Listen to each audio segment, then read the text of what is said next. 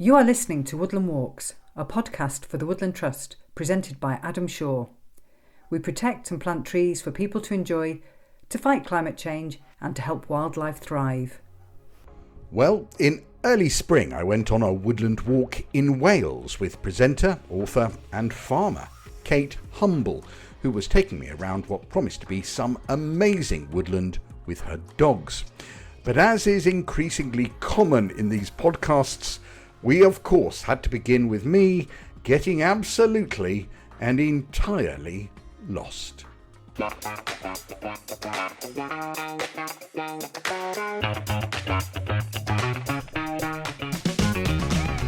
this is an absolute disaster. Although I am bad at directions, this is not my fault. So Kate sent me a pin because she said, "Look, this is going to be hard to find my place." She sent me a map pin. I followed the map pin. Look, I'm here. I don't know if you can hear this. You probably can't hear this. This is the gate that's locked, which is across some woodland path, so I can't get there. And of course, there is no phone signal, so I'm going to have to drive all the way back to some town to find a phone signal, and I'm already late. Oh, okay, I'm so stressed.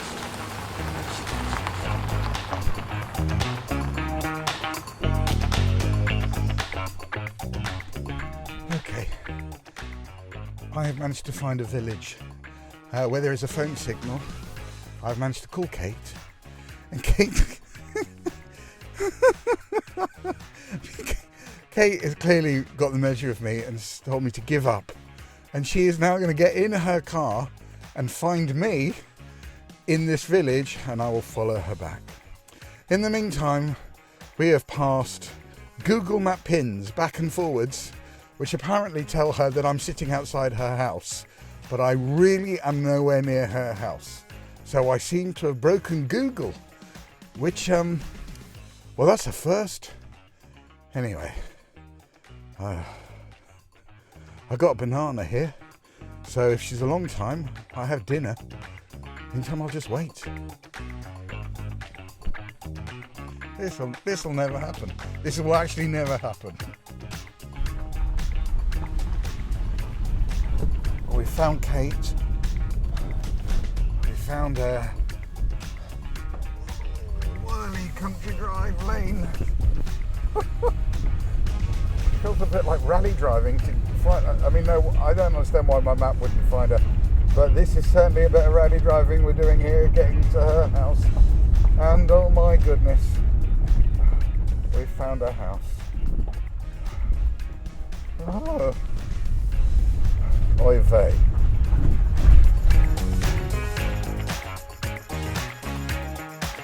So, well, we're here, which I never thought. I really thought, I'll just call it a day. It was really lovely. The idea was nice, and next time I'm in Wales, I'll give you a call. So, really, it's better than I thought. It's better than I thought. Anyway, so yeah. So, well, you're leading me off with your two dogs. I am. I'm leading you off into one of the most beautiful, I think. I mean, obviously I'm a little bit biased, but it is one of the most important areas of ancient woodland in Britain. This is the Wye Valley. We're the lower Wye Valley, so we are the bit really where the River Wye is in its sort of last bit of its journey. It's risen in mid-Wales, about 136 Right. miles from here. I know that because I walked the whole route. Really? Yeah. We're not doing that today, are we? No, we're not. Okay. No, I promise. Okay. I promise, Adam. Good. So yes, and we are basically about 5 or 6 miles from where it flows into the River Severn and then out into the Bristol Channel. And the woods around here are a lovely mix of broadleaf. So we're walking through broadleaf woodland now, and this is what I walk out of my front door. Aren't I lucky? You are lucky. I'm so lucky. So we've got a lovely mix of broadleaf woodland now, and we're just coming into that time of year which is the time of year that makes everybody's spirits lift, because we are coming into spring. Yeah. And if we actually just stop just for a second, you can hear that's a blue tit calling. Right. That. And I mean, this isn't the perfect day for birdsong, but the birdsong was really picking up. And that's the lovely thing about living alongside woodland. So even in the winter, even when you don't think there are any birds at all, what you hear in these woods is that's a very, very bad impression of a great spotted woodpecker. Okay, I'm glad I was guessing it might be a woodpecker, but I didn't want to. So they start to drum around about sort of late January. They'll be drumming, and then and we also have tawny owls. Right. Lots of tawny owls in these woods. We've got an owl box, and we used to have an owl that we called Percy, who I have no idea whether I it was was a going to boy say, or a was girl. there any reason it was called Percy? Don't know. It just looked like a Percy. Yeah. But we have lovely tawny owls here. So at dusk and when I take the dogs out, sort of last thing at night, round about 10 o'clock, 11 o'clock at night, and we walk down this track, and you stand here and you hear this wonderful. And everyone thinks tawny owls go twit-to-woo. Yes. They're the classic twit-to-woo owls. But actually, you've got two owls calling. So you've got the male going keep, keep, and then you have the females going woohoo, woohoo, and they're calling each other, establishing territories, or going, oh, I quite like the sound of you. Oh, so there's a bit of flirting going on. Yes. So these are, as I say, really, it's just the biggest treat to live with this on my doorstep. You clearly, you've launched into sort of fantastic description and detailed knowledge, but you are not a country girl by birth, are you? No, I am a country girl by birth. I thought you were born in London. No, well, I was. You're right. I was. Sorry, do I know where you were born and you don't? Well, being born and where you were brought up is different. Okay, fair enough. So you're absolutely right. I was born in London. I was born in Wimbledon, in fact. This is my neighbour. By the way. Wow, we're in the middle of nowhere. I know, but there are other people mad enough to live in these woods, and he's particularly mad. Okay. Does he mind you saying that? Not at all. Okay, fair, not at all. No, he's absolutely used to it. Okay. Hello. Come and say hello to the Woodland Trust podcast. Hi, I'm Adam.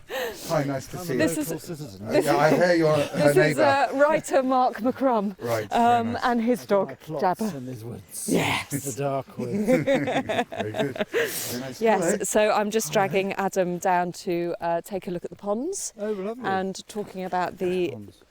ponds down there. Oh, those ones? Yes. Oh, very good. Yeah, I might even see you on the reverse. You're going to go out. You're going to go round. Across the farm and round. Okay, fine. Lovely. These are lovely woods because you never see anybody here. I'm sorry. Apart from you. I was going to say, and me. I've ruined it. Yeah, we're the only people who see each other, aren't we?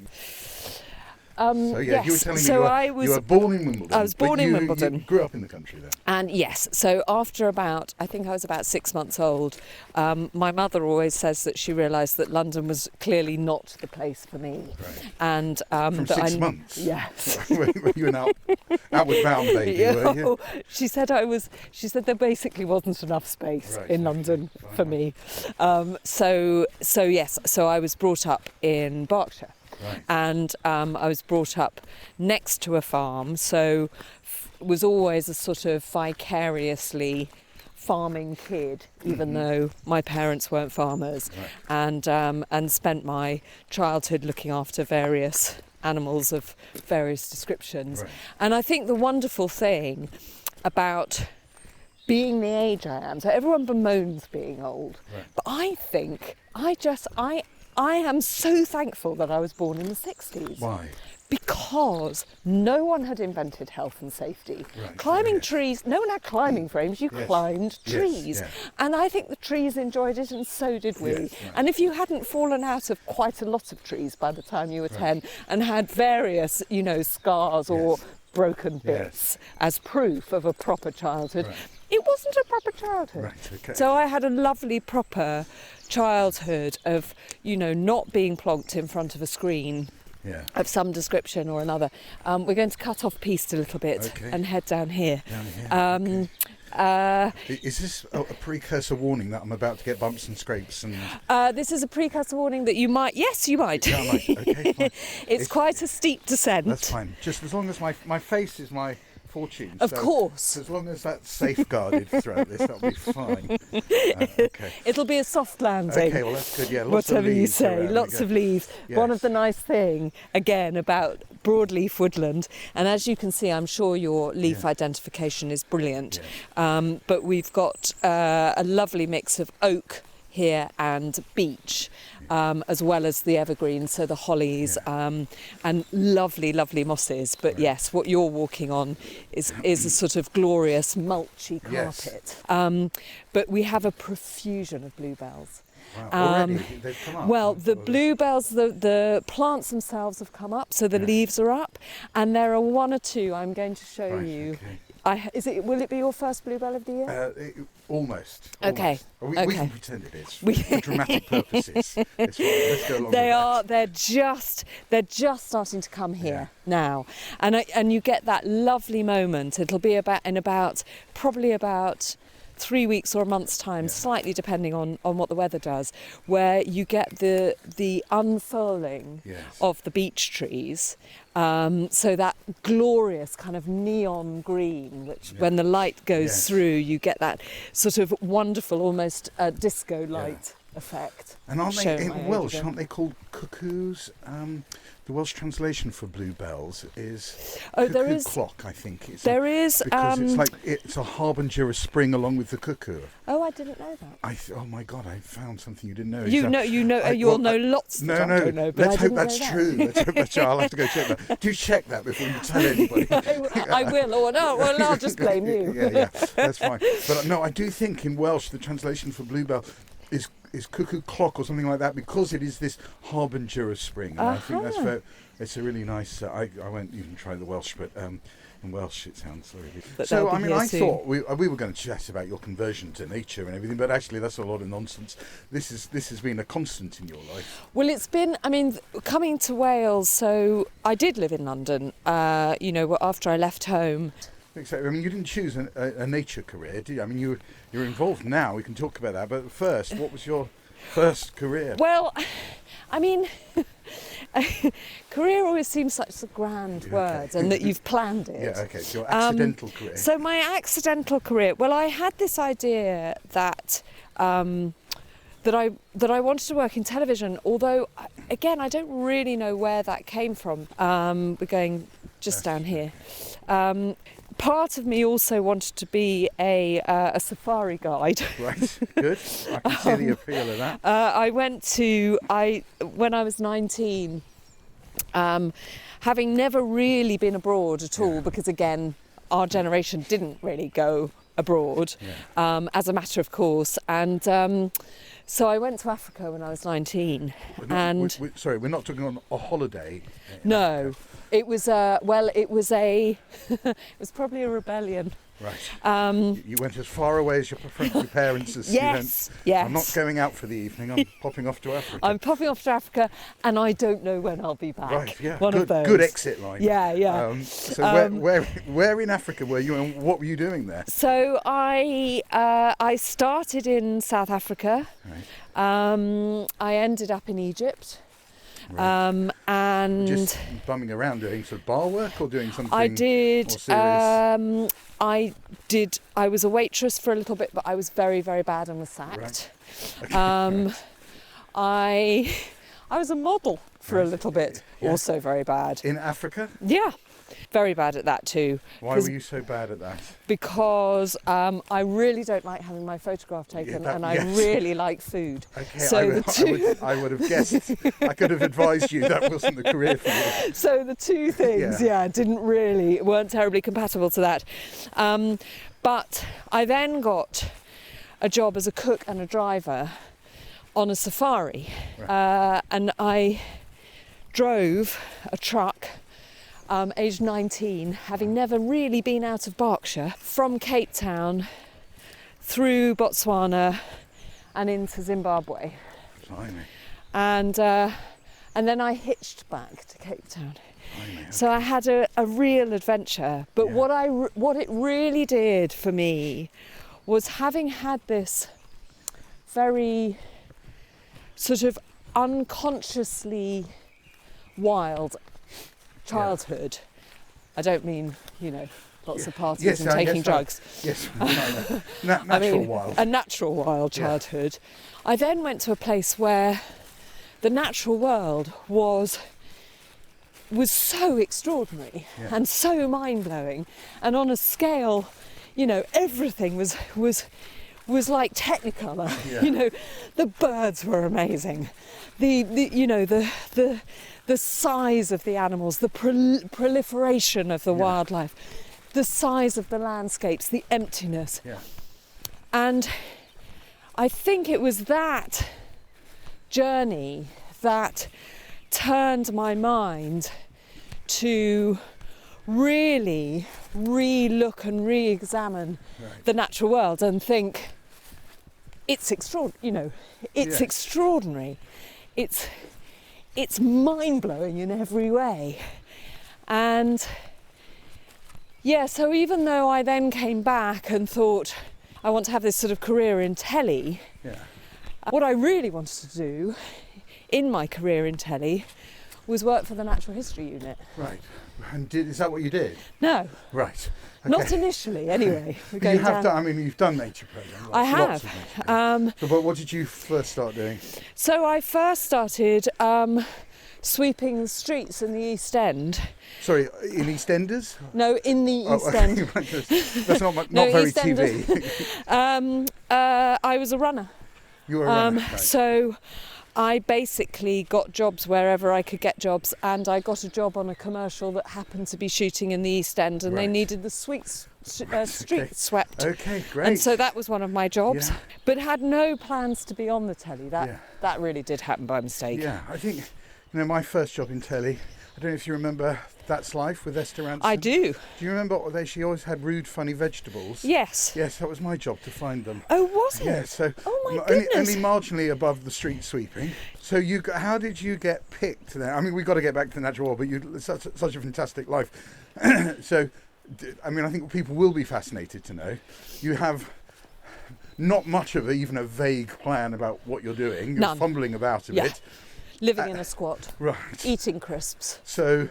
Yeah. Right, so not many models will be living like that and eating crisps. I get that. You sweeping streets as your way into telly. Mm-hmm. All of a sudden, you're on telly.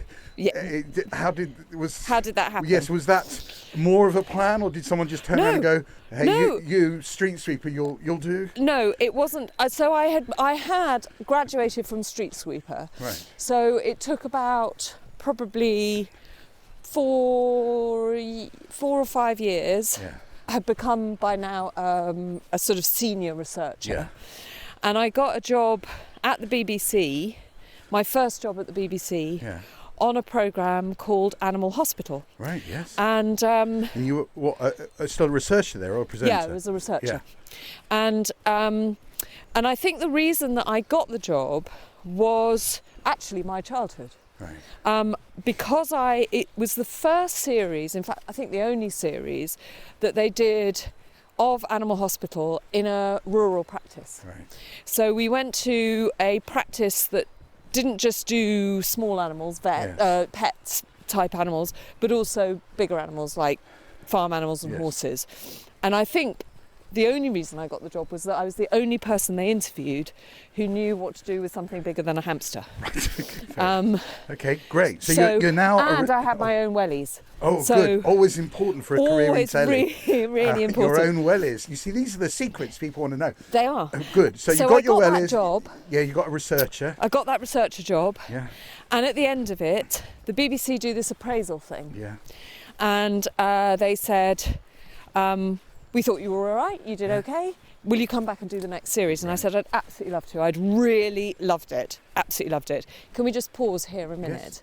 Because this... A sea of wild garlic? No, these are bluebells.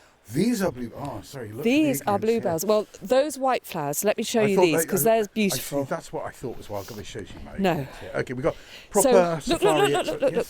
Look, first bluebells starting to unfurl. except my dog's just walked all over it. Come on, you're not So supposed this to is walk on. all of this. Is So bluebells? all of this will be My bluebells, and goodness. in about 3 weeks' time, you get this absolute. It's so blue. It's like the colour actually detaches itself from the flowers and floats above it in this sort of glorious mist. It's beautiful, but these flowers here I love, and these are one of the flowers, along with celandines, which are the kind of waxy yellow flowers that people will see in woodlands and even in their gardens at this time of year. These are wood anemones, Right. and they are lovely, very delicate white flowers with these slightly sort of hand-like leaves. And the lovely thing about these, they're not looking at their best at the moment because it's been quite a wet day, but when the sun's out, they open to the sun like these brilliant white stars. And sometimes there are areas around here where you'll see carpets of wood anemones, and they're one of the first. I've seen these as early as January, although not this year because we had lots of frosts.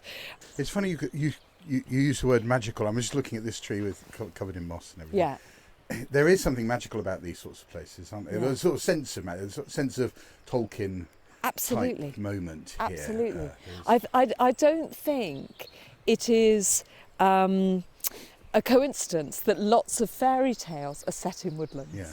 Because there is something otherworldly about them. We're going to keep heading down, just Right. so that you have a really good climb on Yeah, the way I was going up. to say, I'm fine going down. I'm assuming you're sending a car to pick me up.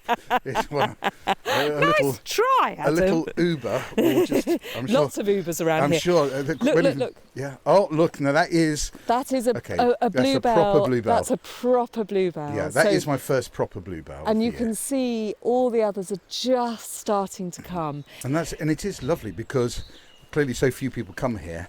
That's the problem often with bluebells, isn't it? People trample all over them, and we've got just one clean path down here, and completely undisturbed for as far as the eye can see. Yeah. So yes, we did a little pit stop for bluebells. Yeah. We're back on. And what was the programme? Animal hospital. Animal Hospital. So they wanted you back as a researcher. I'm interested in the jump from behind the screen to on screen. So they basically said, lovely, we'll see you in 4 months. Right. And I said, I've got a landlord and rent to pay. I can't not work for 4 months. Yeah. I'm going to have to get another job, and it may mean that I'm not available. Yeah. And they said, well, maybe we can find you something else within the BBC as a stopgap. Yeah. And I had also at that point, so this is the mid-90s now, started writing. I was writing travel, and I'd spent at the end of the second Africa trip that I did between 94 and 95. I'd spent the last 2 months of that in Madagascar. Right. Wow. Madagascar was a place that I was obsessed with because of its wildlife, because it has unique flora and fauna. I came back and got an article commissioned to write about it. Okay. And it was the first... Your first commission? My first commission, Yeah. and my first article, and it was in a broadsheet newspaper, and I was very excited and very proud about that. And so when I was asked by the series producer of the BBC holiday programme whether I would consider coming to work for them because I was a travel writer. Okay. You are now a travel writer because of your one article. I am now a travel writer because on the strength Whoa! of one Kate, article. I'm so glad you were the first person to sort of go over. That was before me. I just want that on record. Yeah. Okay, so I haven't gone over yet. You haven't gone over yet. Yeah, okay, yeah, sorry, yeah. Yes, so I got a job on the BBC holiday programme. Yeah. Anyway, the next day I got called into the big boss's office. Right. And I assumed that my short-lived career at the BBC holiday programme was about to be ended because I wasn't quite sure why, but perhaps because I hadn't been taking the producer's guidelines as seriously as I might, and that also I'd smoked on the fire escape, which probably wasn't a good idea. Okay. And instead, I was asked to do a screen test. Wow. And I assumed that this was a sort of common test that the holiday programme did. And I tried to say, I really don't want to be a presenter, thank you. I love love making the programmes, I love the research, I love talking to people, I love putting things together. I like logistics, I'm quite, I like all that stuff. Yeah. I don't want to be a presenter. Yeah. And they went, well, do a screen test. So at this point, I just thought, I've just got to get out of this office because I feel very embarrassed by the whole situation. So I will just nod, smile, say yes, do it. Yeah. It'll be a disaster and then everything can go back to normal. Yes. So that's what I did. 3 weeks later, the boss came into the office. Sorry, we have to stop. This is a story that's going to last all day because I keep stopping because your dog is posing, or was posing beautifully by this river. Well, so this river is it's one of the sort of parallel streams that run into the River Wye. So this is the Angiddy. We are in the Angiddy Valley, surrounded by amazing woodland on both sides. It's a very steep-sided valley. This river is particularly good for dippers, which are those lovely chocolate brown and white birds. They look like little waiters. Right. And they're called dippers because that's exactly what they do. So we'll keep an eye out because we might see some, but they'll sit on a stone like that exposed stone within the waterfall there, and they will jump into the water and literally completely submerge. They'll disappear completely, and they're looking for things like caddisfly larvae, which is what they feed on, and then they'll bob up and come back up, and they're just these wonderful, perky, very smart little birds. Brilliant. Okay. They're the only British songbird that is also a water bird. Wow. Okay. Good. All right. I like these sorts of diversions we take. It's almost like doing a stand-up routine. So we're going to go back to the story now. So back to the story. You thought everybody in the world gets a screen test, so I'm just doing this, and then they'll leave me alone. Yes. And then the boss came into the office about 3 weeks later, and she said, "Can you go to France tomorrow?" And I said, "Yes, of course," assuming that they needed somebody to carry the heavy stuff. Yeah. Because carrying heavy stuff is the other thing that I am good at. Right. I can whistle very loudly and I can carry very heavy things. Okay. And those are really the only two things that I can offer the world. Okay. You have set yourself up for a big whistle at the end, so we'll wait for that. Let's hold it. It will blow your ears, okay, that's all I'm saying. Let's wait for that. So she said, "We want you to present a film on a barge in Normandy. Right. Could you please do something about my hair?" She said.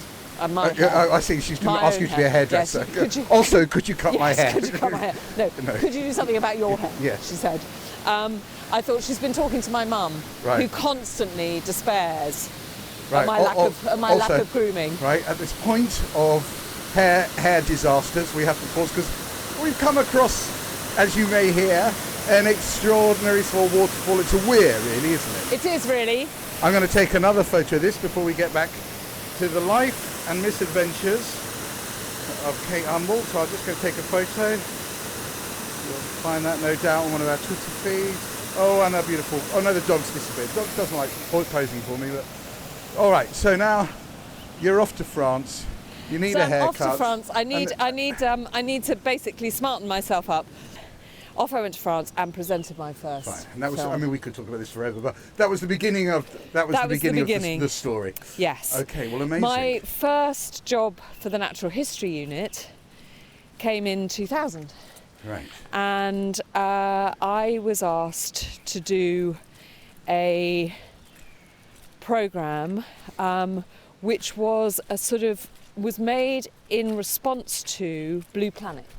Yeah. So the very first series of the Blue Planet, which I think everybody watched with their mouths open because we had never seen the oceans in that way before, particularly the deep ocean. Yeah. And there was a phrase used, which I have used many, many times since, which was that more people have been to the moon than they have been to the deep ocean. Yeah.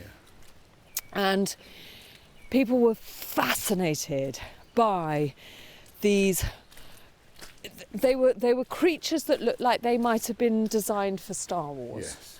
They were so extraordinary. Are these the sort of angler fish which have their... That sort of thing, and Which have these this light, you know, don't they? these astonishing, you know, plankton with Yes, flashing lights. yes. There were Dumbo octopus with, you know, little octopus with these sort of, literally did look like Dumbo the elephant.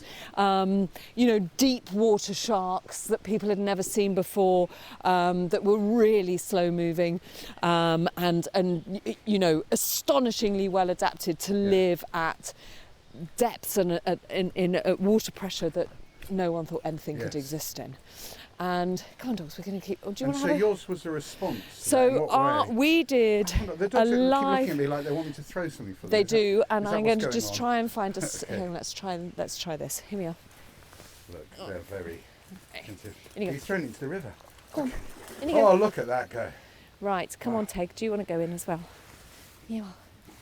This one's going to sink. Go on, ready? Go. Go on. Good girl. Where's he gone? Teggy, it's just there. That's it. Well Oh, done. they like that. Well done, dogs.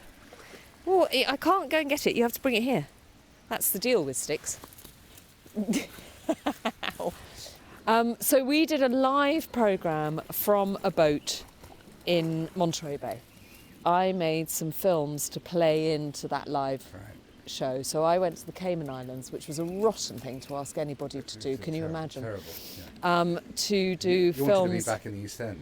I did really, sweeping streets, and instead there I was doing films about coral reefs. And this is the this is the wonderful thing about the Natural History Unit, or just about making films with animals, is the lengths that you have to go to be able to capture the natural world in all its wonder. And so I was asked to go and film a shark called a six-gill shark that lives very deep and only about 10 people in the world had ever seen. And I was sent to go and find this creature. You know, I can't even now I can't really believe that I was asked to do that. Did you find it? Eventually, How long? we had to do two. We did one trip. We failed to find it. How long was that trip? So that was, we did 6 dives. It was an amazing trip. We didn't get the shark on the first trip. We went back for another trip. We didn't get it. We finally got it. And it was incredible moment. And that was the first job that I did for the Natural History Unit. And there was then somebody who came up with the idea of doing British wildlife live at kind of springtime, like kind of now. Yes. This is Springwatch, is it? And this was the precursor to Springwatch. Oh, I didn't know there was one. There were 2. Oh, what was that? What were they called? So the first one was called Wild in Your Garden. Right. So I'm just going to put the dogs on a lead here. Hold on, Poppet. Oh, it's just coming across the road. Just hold on, my Poppet. That's it. Got to take Adam up the hill now. So so the first one was called Wild in Your Garden, and it was Bill Oddie and Simon King and me. Right. And we did 2 shows a night from gardens in Bristol. Right. And it sort of worked as an idea. Okay. So it worked well enough, or it wasn't so much of a disaster that there wasn't a thought of, let's try it slightly differently, maybe on a farm instead of in a garden. And we went to this wonderful organic farm in Devon, and basically made camp for 3 weeks and made a series called Britain Goes Wild. Right. And Britain went a tiny bit wild. Right. And so the following year we thought, well, we'll do it again, but maybe we'll just call it something different. Right. And someone came up with the idea of calling it Springwatch. Right. And everyone said, and it always went out at the same time as it does now, sort of end of May, and people go, it's not really spring though, is it? Right. And we're like, well, spring enough. Yeah. There's still spring things happening. Yeah. And Springwatch seemed to capture everybody's imaginations. And you presented that? And I presented that for 10 years. How many? 10. Blimey. And That's so long. yeah, I know. I've just grown old on telly. And then Autumn Watch came into being, and then Winter Watch, and I did Sea Watch, so I did a series about Britain's seas and marine life. So I did eventually get my wish of working for a natural history unit. Oh, that's very good. Your fairy godmother, in the form of the BBC, Yeah. descended and granted your wish. And now, from all of those adventures abroad and on TV and everything, you then said, I'm going to move to this really there's another car coming, quite remote part of Wales. Why that?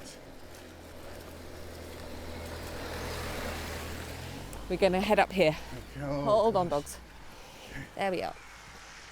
Oh, there's some steps. Hallelujah. Okay. Only for this little bit. Okay, look, stop taking away the hope. Good. So we moved. You picked up sticks and then moved to perhaps not such a big move, because the natural world has seemed to be always the centre of things for you. So, but why Wales in particular? Well, that is a curious question. I had no connection with Wales as far as I was aware. I honestly can't tell you why I felt this extraordinary pull to live here. Right. But it really was. It was like a magnetic pull. There is actually a Welsh word, and I'm not sure I'm really allowed to use it in my context, but I can't think of a better word to use for the feeling that I had, and it's hiraeth. And hiraeth is a word that it's sort of more than homesickness. It's like a deep longing for the place that you belong. Yeah. A yearning, a pit of the stomach, emptiness for your home. And you felt this was a spiritual home, did you? I don't know. I really don't know, Adam. As I say, I just had this extraordinary pull to live here, and yeah, I would look at there are these old-fashioned things called maps. Yes. And I would look at the A to Z of Great Britain. Right. And, you know, there I was in the southeast. And if you look at a thing called a map... Yes. So is this a point about me getting lost on the way to you? Not even remotely. Yeah, no, yeah. It's a fact that no one uses them anymore, and yet they're the greatest treasures we have. So if you look at a map, the southeast of England is just this chaos of colour and roads and towns and names, and it's just, you know, there's not a square millimetre that hasn't got a name in it or something in it. The further west you go, the browner the map becomes. And when you go over the border into Wales, it's mainly brown and green, and it's got beautiful lyrical names like Abergavenny. And it's got mountains. I mean, mountains. When you've been brought up in Berkshire, mountains are the height of exoticism.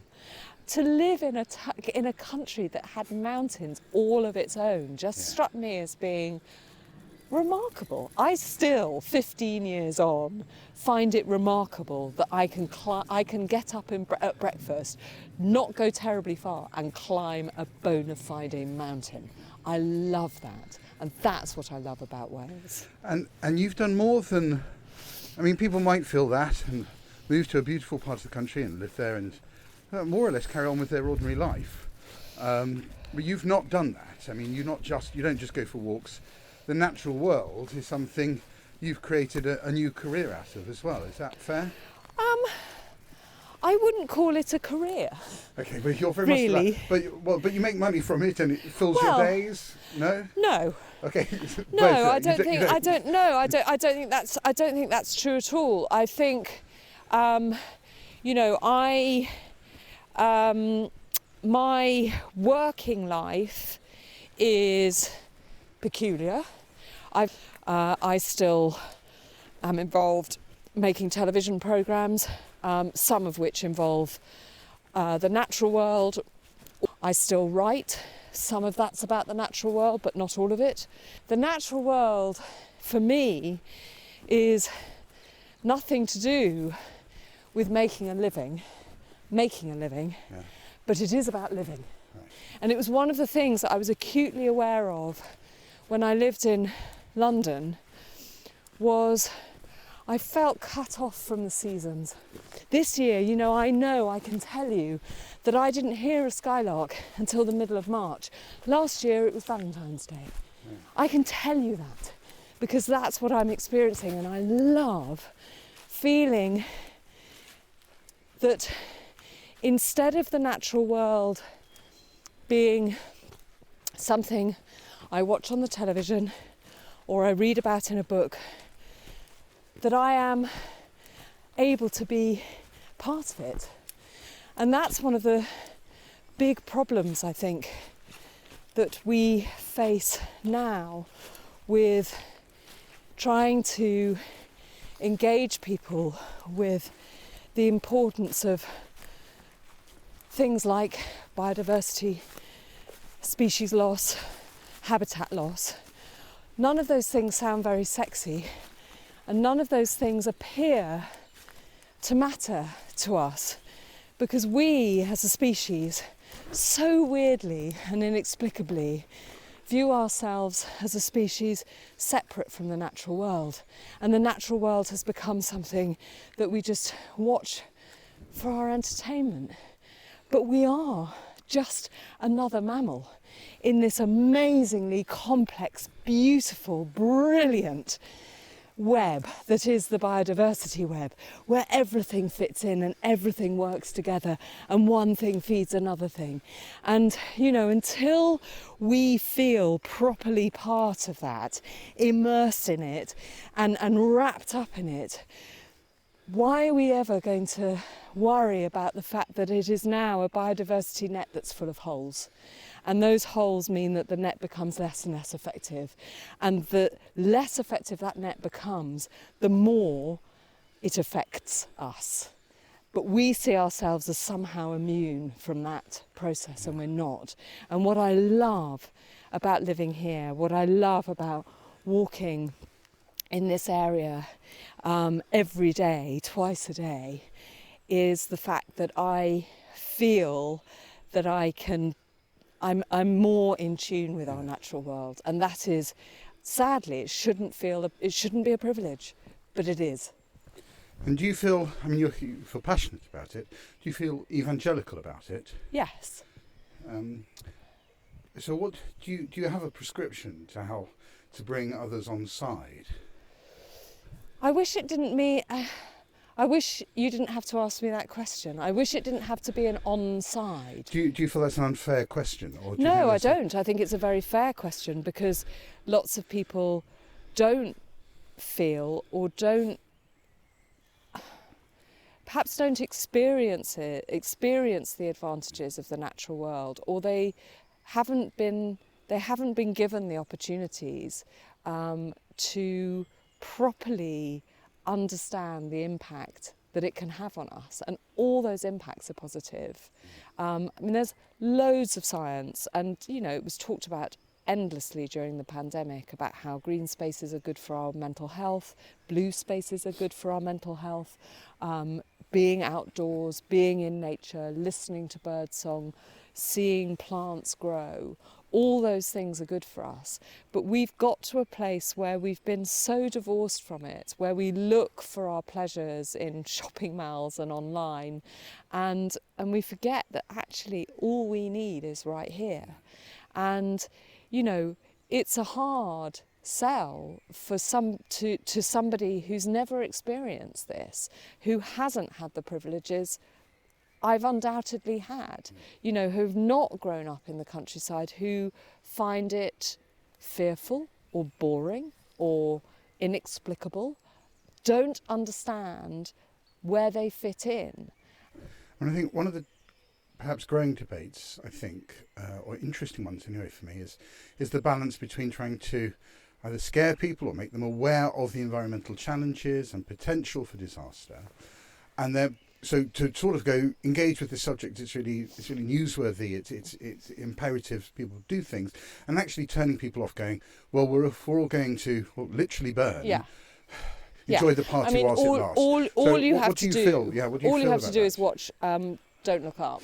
Yes. Have you seen that film? Yes. And that absolutely embodies what you so has just what said. do you think about that? Because I think there's a balance between offering hope, the power or audacity of hope is the phrase one hears, as opposed to the sort of potential to frighten people into action. Actually, the opposite. Don't frighten them into action. Offer them hope of change. And I wonder where you feel that, if we've got that balance right, or whether that's we haven't got it right, and but I don't know what the balance is, because I think there's I think that a lot of programmes that are made about natural history now have become so glossy and so beautiful and so almost otherworldly that they don't actually reflect the reality of the natural world.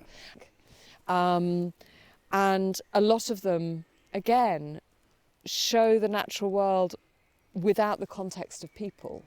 And of course that's sort of how we want to see it. We don't want people muddying those pictures. We don't want, as you say, the kind of the awful stories of the litter and the the negative impact that humans have had on the natural environments. We kind of don't want to see it, but equally, if we don't see it, we don't engage with it, and we kind of can watch one of those documentaries. And even if David Attenborough is telling you that, this is a habitat that's in peril, or this is the last animal of its type that you will ever see, you don't really take that in because you're looking at these really stunning pictures and you think it's kind of okay.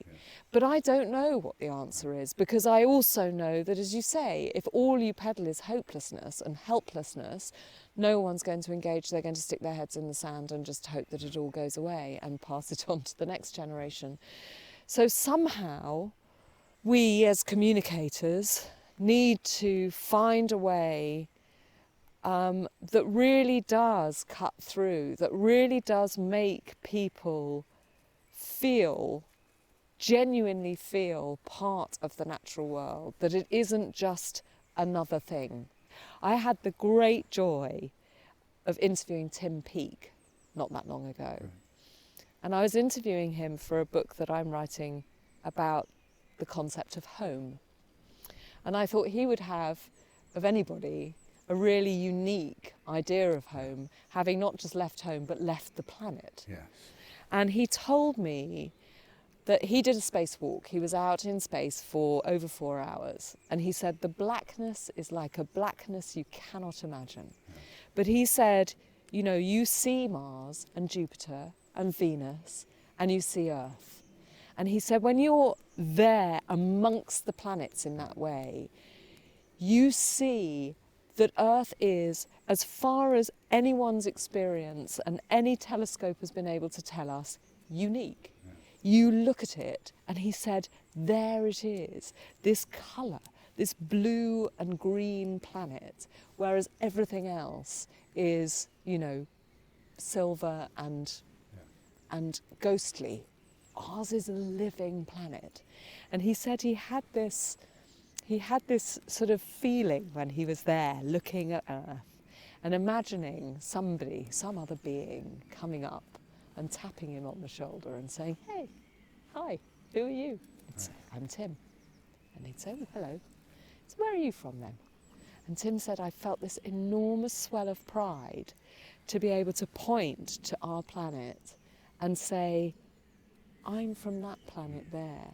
I'm from Earth. I'm an earthling. And I thought, if all of us had that experience, could understand what it was like, how special our planet is in a universe that is infinite as far as we know, and that we have no idea what's out there, but what we do know at the moment is that our planet is unique. And I think we would treasure it that much more and have moments like this of just standing amongst the trees, the midges coming out, the drizzle, the mud, and go, this is our home. This is where we live. It's really special. Aren't we lucky? You're taking me uphill again, aren't you? I am taking uphill, but you've done the worst bit, and actually you marched. I was impressed. Oh, okay, good. Yeah. I'll fall apart after. I'm just doing it so I don't embarrass myself too badly. I'm afraid it is going to get very, very muddy, so you're going to have wet socks, mud up to your knees. That's why I spend 6 months of the year in wellies. Right, okay. But, that is the privilege of being an earthling, isn't it? It is.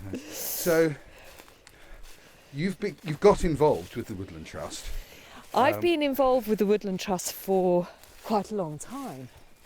But it really started when we took on a farm near here. Right. Was this an arable farm? Or, no, it was a livestock? small council farm. It belonged to the council. Okay. And people are not really aware that there are such a thing. I've never heard of one. No, but there used to be about 16,000 council farms throughout Britain, and they were set up as part of the 1906 Smallholdings and Allotments Act. And they were there, low rent, small areas, usually 30, 40 acres, that sort of size, and they would be available to rent for farmers who, for whatever reason, didn't have a farm of their own. Yeah. And over the years, as farming practices have changed, as economic models have driven farmers to need to produce things on a bigger scale, small farms have been basically relegated to either hobby farms, or they've been broken up and sold to land that's been added to bigger farms. So we've lost an enormous number of these small farms, and with them an enormous opportunity for people with farming skills to stay on the land and produce as food. Yeah. And that's what was going to happen to this farm. And for whatever reason, I just felt this was not the thing to do. And to cut a very, very, very long story short, we ended up taking over the farm and setting up a rural skills centre to prove that a small farm, ours is just over 100 acres, could still be viable. It supports itself, and that's really important. But one of the things that we wanted to do, we were really interested to do when we took it over, was to add more trees. It's got some wonderful ancient trees. There's an oak tree on the farm that we call Old Man Oak, as did the tenants before us. They introduced us to him, and we think he's about 600 years old. Wow. But we wanted to plant more trees, but we had this conundrum of how do we increase the tree cover on the farm without taking away the pasture, because obviously we needed the pasture for the livestock. And it was the Woodland Trust that helped us with that conundrum. So they looked together, we walked around the farm and we identified either areas where there were small copses or where there was a bit of a hedge. So what we did with the Woodland Trust's advice and input was to put in trees as shelter breaks, so not actually impinging on the pasture just or very much, but adding a kind of a thicker bit of hedge, if you like, or making a copse a little bit bigger. And in that way, we've planted over 1,000 trees on the farm in the last decade. Wow. That we've had it.